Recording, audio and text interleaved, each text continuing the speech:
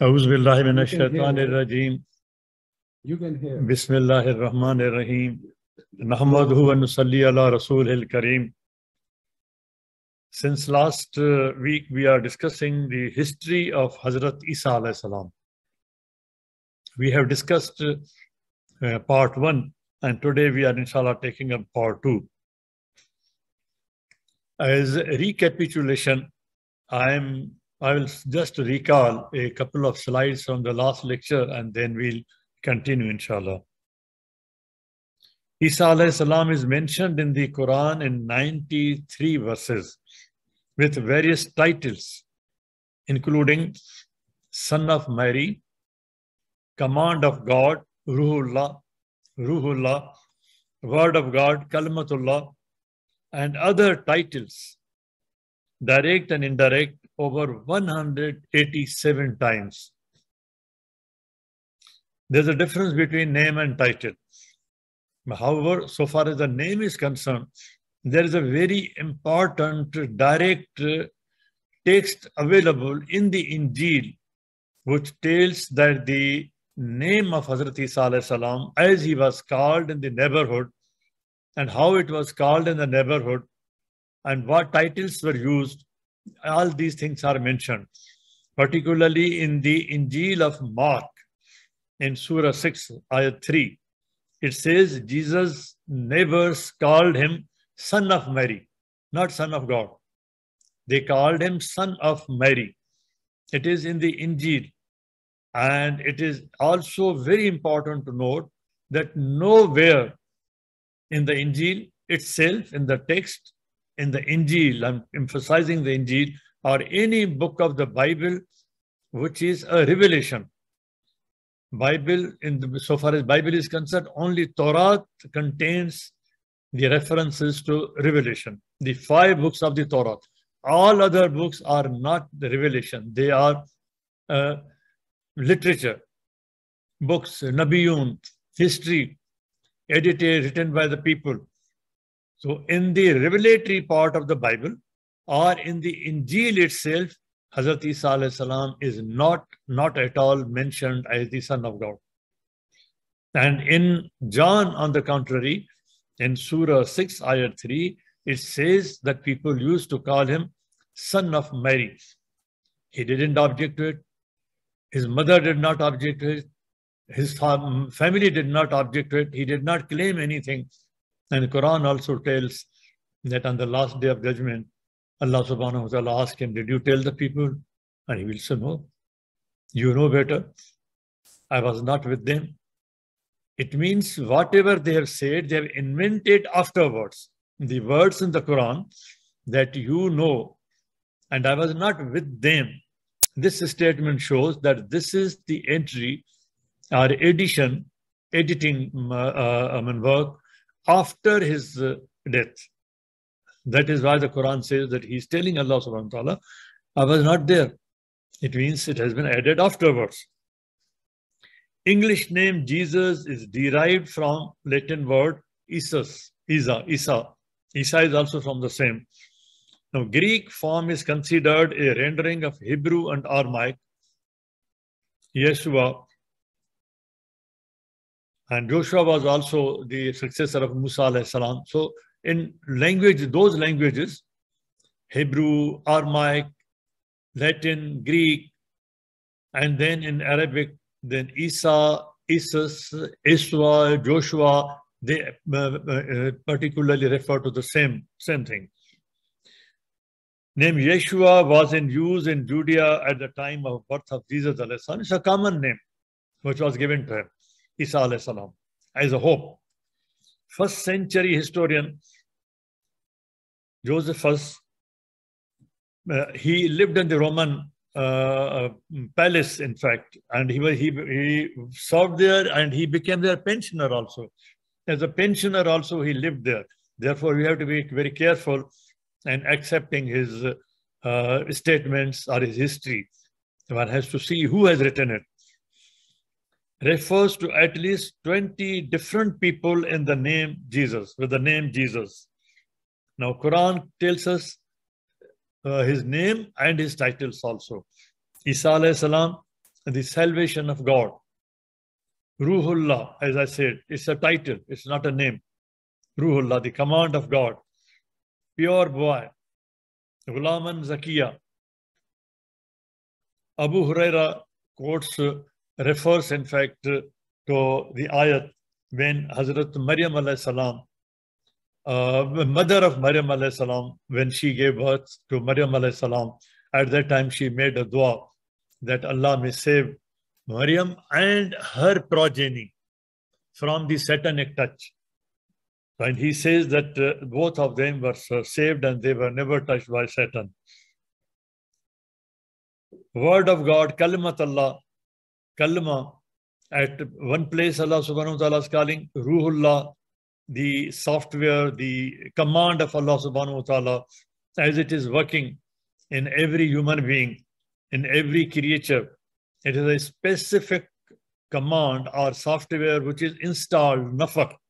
And then Kalimat Allah, word of God, everything is word of God.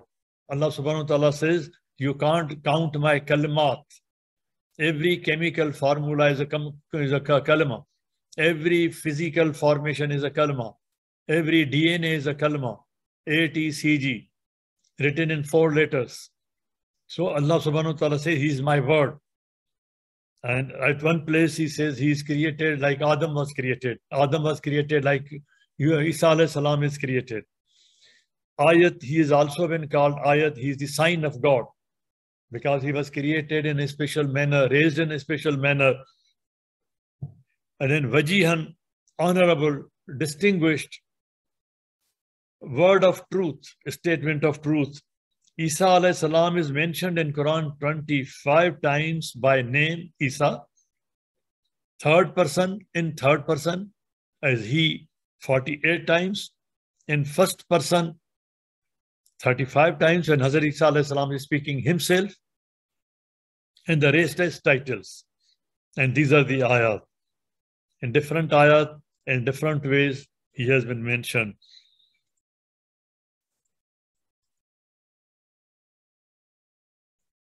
Masih is also the name, Isa ibn Masih. Masih, Isa ibn Maryam. Masih, one who cures by caressing. He used to cure people by touching, by praying, with the izn of Allah, with the permission of Allah, with the order of Allah. He never claimed that I am curing. He said, Allah subhanahu wa ta'ala has ordained me, and with His order, with His permission, I am curing you. Christ is a title, not a given name. It has appeared afterwards. It's not a given name. When the person is born, at the time you give the name, that is the name which is called given name. It's not the given name. And I've given references also.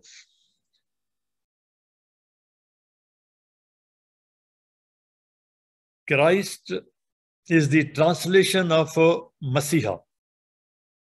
We say Masiha, they say Christ. And it is transliterated in English as Masiha. So Christ means Masiha. Judaism rejects that Jesus was the awaited Messiah. In Islam, in Quran, we accept that Isa alayhi salam was Messiah, but the Jews don't accept it. They reject it. They say He was not divine, He was not spiritual, and He was not even Messiah. They don't accept it. So this is the difference. And that is why I've given a reference. This is a very important point of difference. They don't accept Him as Messiah. There are so many other titles for Isa alayhi salam in the Bible, which have been used. Advocate, author, authority, lot of titles, but I'll only point out one of them. Sacrifice for our sins. It is mentioned in John 4:10, and it is this title, that sacrifice for our sins, although there are so many other titles. I've shown you the number of titles. Out of all these titles, the Christians have emphasized, selected just one title, Sacrifice for Our Sins, and raised a whole literature, whole philosophy, that he is the sacrifice for all the sins, for sins of humanity, and he was crucified for the sins of humanity, and his sacrifice is the sacrifice for salvation and for the sins of all the human beings. Just one title at one place. They just forget about all other titles. This is one title on which they have raised the entire edifice of their philosophy. Parental and personal domicile of Isa alayhi salam. This is important historically because his sentence, his trial before, he didn't go through one trial. There were different levels of trials. The trials and the sentence and the approval of the sentence and the execution of the sentence, they all revolve around the domicile, where he was domiciled. The law would apply according to the domicile at that time. He was born, some people say Nazareth, some people say Galilee, some people say somewhere, and even one non-canonical Bible, Injil, it claims that he was born in Egypt. He was brought up in Egypt. I will show you that, particularly from the Muslim literature. And non-research contradictions. The contradictions have arisen because no research has taken place. In the beginning, I had said that because of the conflict between Jews and Christians at that time, they didn't pay attention to the collection of the material so that the history could have been proper. The material should have been available at least so that we could have at this or at different periods in history, people could have researched. Now, what are the non-researched contradictions? Now, you look at these and you decide yourself. For example, Ibn Ishaq in his book Kitab al-Mubtada reported, when word reported is used, it means it is not his report. He did not report. He reported that he was given a report and he reported on that basis, but it is not his report. But for example, when you make a research, you give your opinion, you say that it is my research, but he just reported something. And Tabari has also done the same thing. And they have done it honestly. The great work which has been done by Tabari, Ishaq, Ibn Yasir and others at that time is that whatever they heard, even if there were 10 opinions, they recorded. So that today we are able to compare, select, choose, verify, and make our opinion. They did a wonderful job, basic job, because at that time there were no libraries. There was no material at all. They at least provided all versions. So this is one of them. Reported that Zakaria, Maryam's guardian, now look at this, whether it's correct. You verify this from Quran. And now Ibn Ishaq, after being incapable of maintaining her, he says that it has been reported that Zakaria was not able to maintain Maryam. But Quran doesn't say that. So it is not just sufficient to go to a Muslim reference. It is necessary to go to all the history. And he entrusted her to a carpenter named George. So it's not that we reject everything, say from Israeliyat or from others, and we go to the Muslim source, but here we also find contradictions. So the best thing is read everything, whatever the source, but first of all, see who is the writer, what is the source, it is primary, secondary, or tertiary, then compare, and ultimately, and in the beginning also, and ultimately compare with Quran. We cannot accept anything which contradicts Quran. Quran is giving the fact. But so far as research is concerned, you can conduct any research. But when you form an opinion, come back to the Quran, compare it. If it is in contradiction, go back again, continue the research, and don't give the firm opinion till you find the fact. Secluded in church, he goes on to say, secluded in a church, Maryam is joined by a young man named Joseph. Joseph is the person to whom Maryam was ultimately married after the birth of Isa alayhi salam. Isa alayhi salam was a virgin birth. And they help one another fetching water and other tasks, because this is written there. They used to work together. The account of the birth of Jesus follows the Quran's narrative, adding that the birth occurred in Bethlehem besides a palm tree. So far, this statement is agreeable, but the other statements, they need verification, and particularly on the point that Zakaria alayhi salam was not able to maintain Maryam is not acceptable, even though it is from Ibn Ishaq, found with Ibn Ishaq, it's not acceptable. Some narratives show Jesus and his family staying in Egypt up to 12 years. This author will give more references also about Egypt. And the one non-canonical Injil will also give more details of Isa alayhi salam being brought up as a young man in Egypt. So there are contradictions. Muslim literature. Therefore, we have to be very careful. Many miracles are attributed to young Jesus in Egypt, that he performed those miracles in Egypt. So we have to check those things. Now coming to At-Tabari, what the Tabari says. Tabari added to Jesus' birth a narrative that, now look at this, as if at that time there was communication. People in Iran, the king in Iran, the emperor in Iran, he came to know about it, that Jesus is born, and on his birth, as we claim sometimes or other, our prophet, peace be upon him, and now it is reported that the envoys arriving from king of Persia with gifts for Messiah, the command to a man called Joseph, who was already there, to take her and the child to Egypt and later return to Nazareth. How can this be accepted without research, which is in clear contradiction?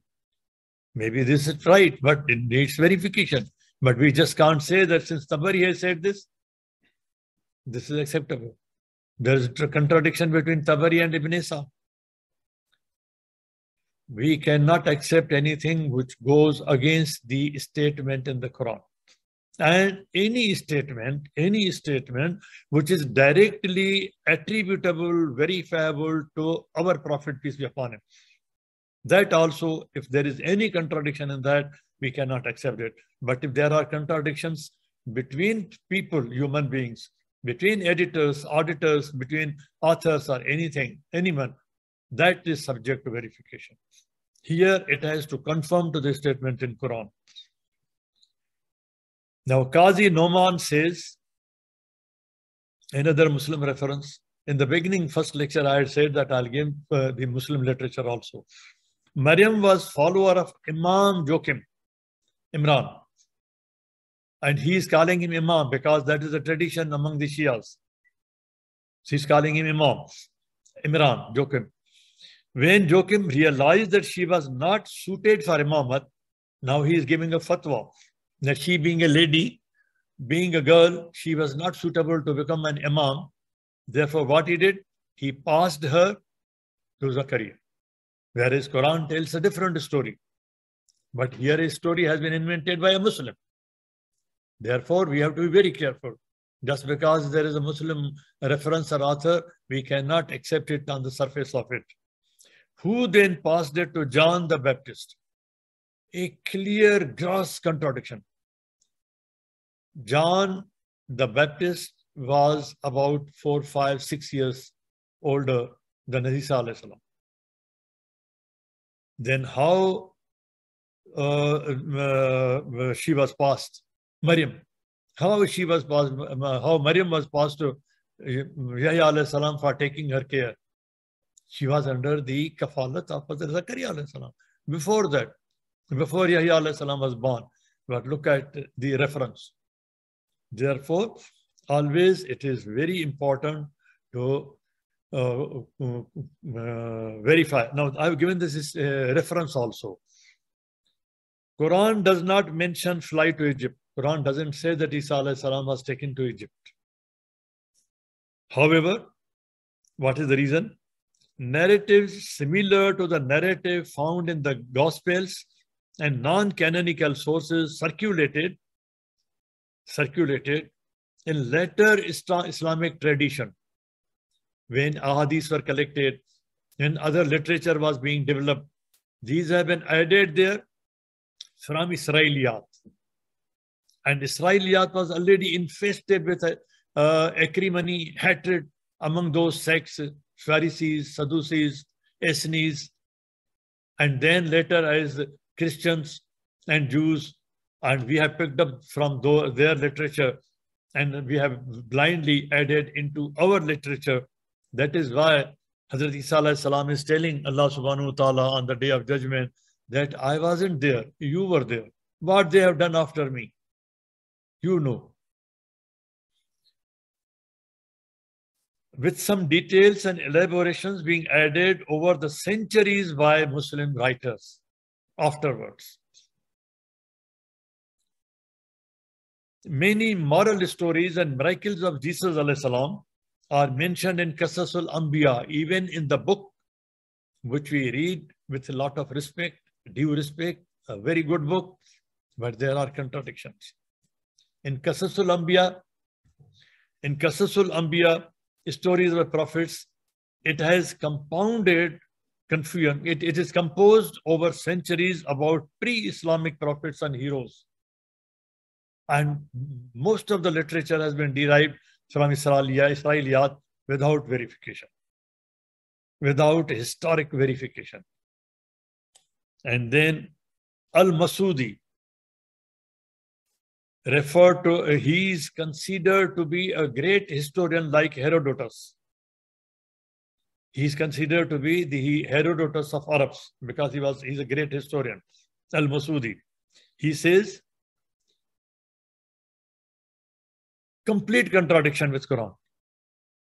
Jesus as a boy studied Jewish religion reading from Psalms. And this is a reference also. Whereas Quran says that in the lap of her mother, he gave the message of God. As a boy, Quran tells us. So we have to be careful in studying any literature. Most of narratives are found in non-canonical sources. As I said, everything is not scriptural. Canonical and non-canonical. There's difference. And then, for example, pre-Islamic Gospel of Thomas. There's another Gospel called, Gospel means Injil of Thomas. There are 24. Now, Al-Asir, Ibn Asir, he says in the book, The Perfection of History, he writes, contains narrative that Jesus was born in Egypt. Where should we go? Therefore, we have to we are compelled to study history from Bible, from Injil, from the sources which are available in the history, all together, and come to the conclusion. Now, what Luke and Matthew say to Anajil, Jesus' childhood home was in Nazareth, in Galilee, to Anajil. And this was the point of domicile on the basis of which the sentence of Hazrat Isa alayhi salam was to be confirmed by Herod. Otherwise, Pilate had the authority, the governor of Jerusalem. He could have decided the case himself, but because of his domicile. Apparently, when I talk about domicile, people may say, why is he talking about these things? This is one of the central points on which the decision of sentence was taken. If we don't study these things, and there is wisdom in that, this helps ultimately in the courts, in making laws, in developing laws, in decision making, in judgments. There is hikmat in Quran, in asking people to study the history of Isa alayhi salam, study the history of Zakaria alayhi salam. In every word there is hikmah. Besides Joseph, Mary's husband, now we are talking about Mary's husband, whom she married after the birth of Isa alayhi salam, after virgin birth of Jesus.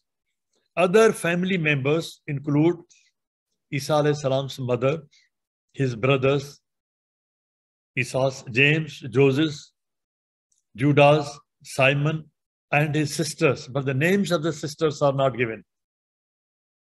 So their sisters are only mentioned. Profession. Jesus it is said that he was a carpenter. It was a pride that our prophets, they were all workmen. They were working people. They earned their livelihood. They felt honor in their job, in their work. A message and delivery, synoptic gospels. There are 4 canonical gospels. Out of 24, there are 4 canonical gospels. And out of 4, there are 3 which are called synoptic, leaving John separately.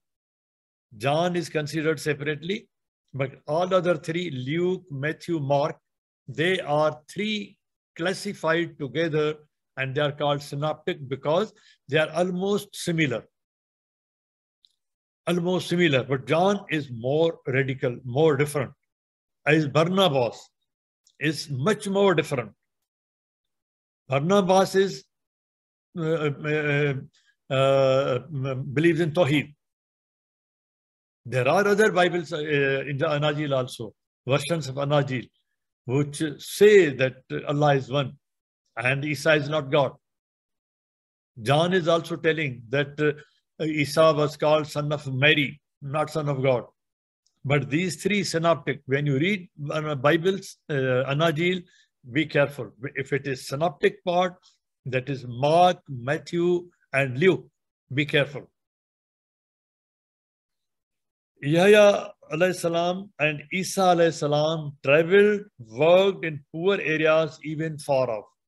Now you will find that prophets usually worked in poor areas where they were preaching. They worked with the downtrodden classes, the classes which were rejected as sinful, as diseased. Jesus' parables are simple stories that teach lessons in daily lives. Now, so far as the literature of Isa alayhi salam is concerned, it's not only the Injil itself, but there are certain other parts, other books. And one portion is parables.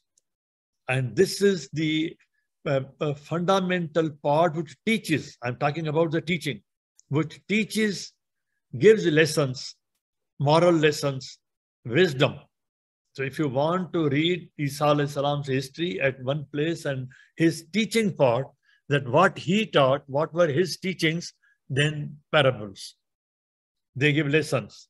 They show hikmah. And there are different names, they are titled. Now, perspective to geopolitical setting. If we really want to understand the sentence, the trial, and the sentence of Isa alayhi salam, why it happened, and how the history developed afterwards, it is extremely important, crucially important to understand the geopolitical setting. Otherwise, we will not completely understand Isa alayhi salam, his history. Our teaching starts with Iqra, read. Why should we ignore this? Read. Read history also. I will not go into details, but I'm just showing that how this is the historical background. Once I had mentioned, I'm just exposing now. I'll only discuss a couple of points, but I'm just exposing that in order to understand the geopolitical setting of Roman Empire, how they captured Judea and made Judea and including Jerusalem as the slaves. They made these Jews as slaves. What were their relations with the Persians? How the Parthians occupied Jerusalem, and how it ultimately leads to certain points that how and why Hazrat Isa alayhi salam was given this sentence. It has a political connotation, political perspective, which requires understanding. There is a hikmat. Allah subhanahu wa ta'ala is asking to read the history of my prophets. I had mentioned these emperors like Caesar, Augustus, Caligula.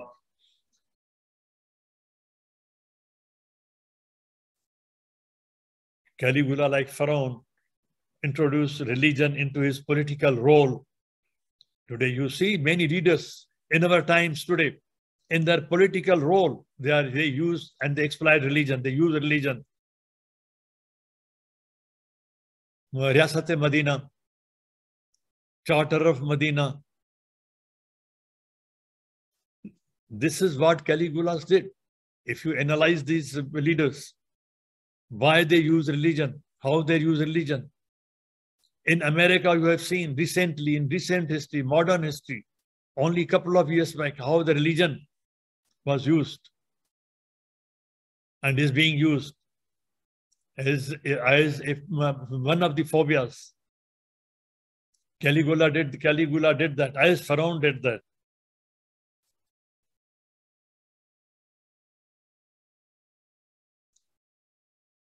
At that time, emperors were being worshipped because of this political background, which I have not discussed in details today. What was the situation on ground? What was the social and political milieu on ground among the people? It had developed like this because of the interaction, acrimony between Greeks, Persians, Jews, and others. The causes of tensions in the East were complicated.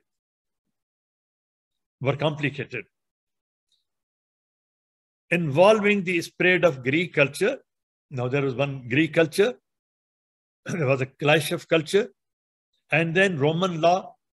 Roman law and Greek culture were in clash.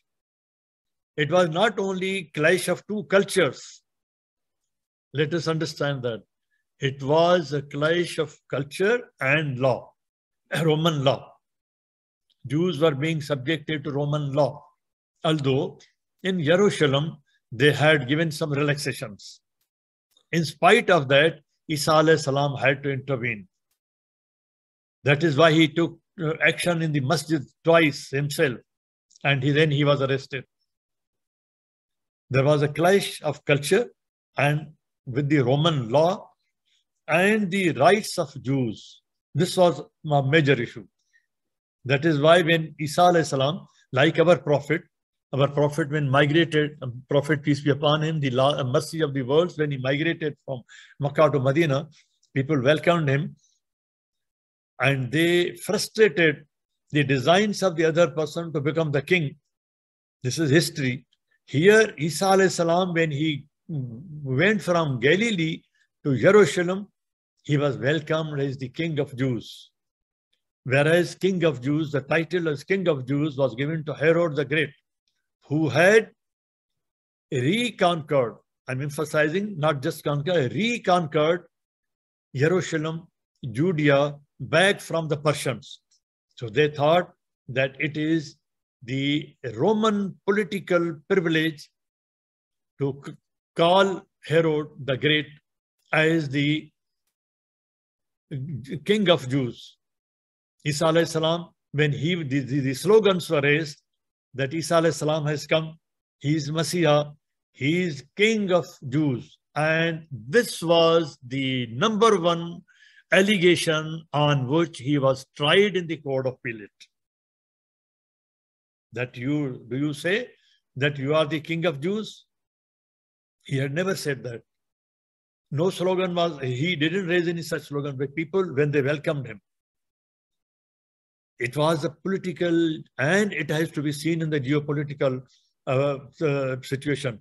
So there were three things: Greek culture, Roman law, and the rights of Jews. And this was the conflict, which ultimately culminated in the trial of Hazrat Isa alayhi salam. Then Caligula did not trust the prefect of Egypt. And they had changed this system also. I will touch upon this point later. Greek population who saw Agrippa as the king of the Jews. At that point also, there was a clash. This always remained as a point of clash between Jews, the population, and the Roman Empire, the Roman rulers. And anybody, wherever they felt that somebody is claiming to assume power, they always felt threatened. And when Hazrat Isa alayhi salam was asked, he was tried, and he was asked the question by the Pilate that, do you claim that you are the king of Jews? He said that the kingdom belongs to God. And they considered that this statement is a threat, as Fromm said, that this statement is a threat to the power of or the state of Pharaoh and his leaders and his colleagues and his courtmen. He exploited that. He told the people, oh, look at him. He is claiming sovereignty. He wants to expel us from this land. And when they asked Isa alayhi salam, and he says kingdom belongs to God, the Roman emperor, the Roman king, the Roman governor, everybody working there, they thought that the prefect, that this is the threat to the Roman Empire because he's claiming sovereignty to someone else. It was not an ordinary case that we all the time fight on one thing, but we don't go into the details. In 39, Agrippa accused Herod Antipas. Antipas was the king at that time. Herod the Great had died. This Herod is a title. He was in power. And Antipas had, in fact, Herod had himself, in fact, written that Isa alayhi salam is innocent. He has not committed any crime. He doesn't deserve this punishment, this sentence. Now, Agrippa accused Herod Antipas, the Tetrarch of Galilee and Perea, of planning a rebellion against Roman rule with the help of Parthia. Herod Antipas confessed that Caligula exiled him. Agrippa was rewarded with his territories. This is some political background, not to be explained further, but you should go into these things. Riots erupted against in Alexandria. Egypt has played a great role in this geopolitical perspective at that time. So I am just exposing these details, these things, so that you kindly see that this is a very important historical event of Hazrat Isa alayhi salam. His followers are the biggest, constitute the biggest number in the world. We must understand what it means, why it is. This also, from my point of view, this is also very important to understand that why the Romans had divided and created such a political setup. Sanhedrin, I have highlighted Sanhedrin. Why? It was the Masjid Committee. You have Maryam Masjid Committee. Sanhedrin was the official committee of the Masjid. Who were the complainant? Who had lodged the FIR against Isa alayhi salam? So their role is very important. How they behaved all along till the end, and ultimately a person comes from the Maryam Masjid, from the Masjid Sanhedrin, who takes the dead body, who embalms it, who washes it, who buries it. Sanhedrin was an officially created body of the Masjid, and it has a role. These are just pointers for you to go into those details. Herod the Great, he had reconquered. I'm just giving you the summary. And that is why he was giving the King of the Jews. He was given the title King of the Jews. I'm going to finish it just after this, and then inshallah we'll continue. King of the Jews. And if you kindly remember Pilate, the governor, when he second time, in second trial, in retrial, in review, second time, when he confirmed the sentence of crucifixion, he wrote in 3 languages, Aramaic, Latin, and Greek. These words, King of the Jews. And he said, he ordered that it should be written in 3 languages because these 3 languages were common at the time, so that people know, and it should be placed as a crown on the head of Isa alayhi salam, so that the people know that the King of the Jews, whom they welcomed as the King of Jews in Jerusalem on that day, has been killed, has been crucified, so that people know. And he wrote himself in 3 languages that this should be displayed on the, and they put it, it's not the crown, but a bunch of thorns. And on that they displayed these statements, this in 3 languages, the King of the Jews. Now this is a political statement. This is a political murder, not a judicial murder. This is a political murder. He ordered crucifixion, but Allah subhanahu wa ta'ala saved him. That we will discuss from the ayat itself when we reach that ayat.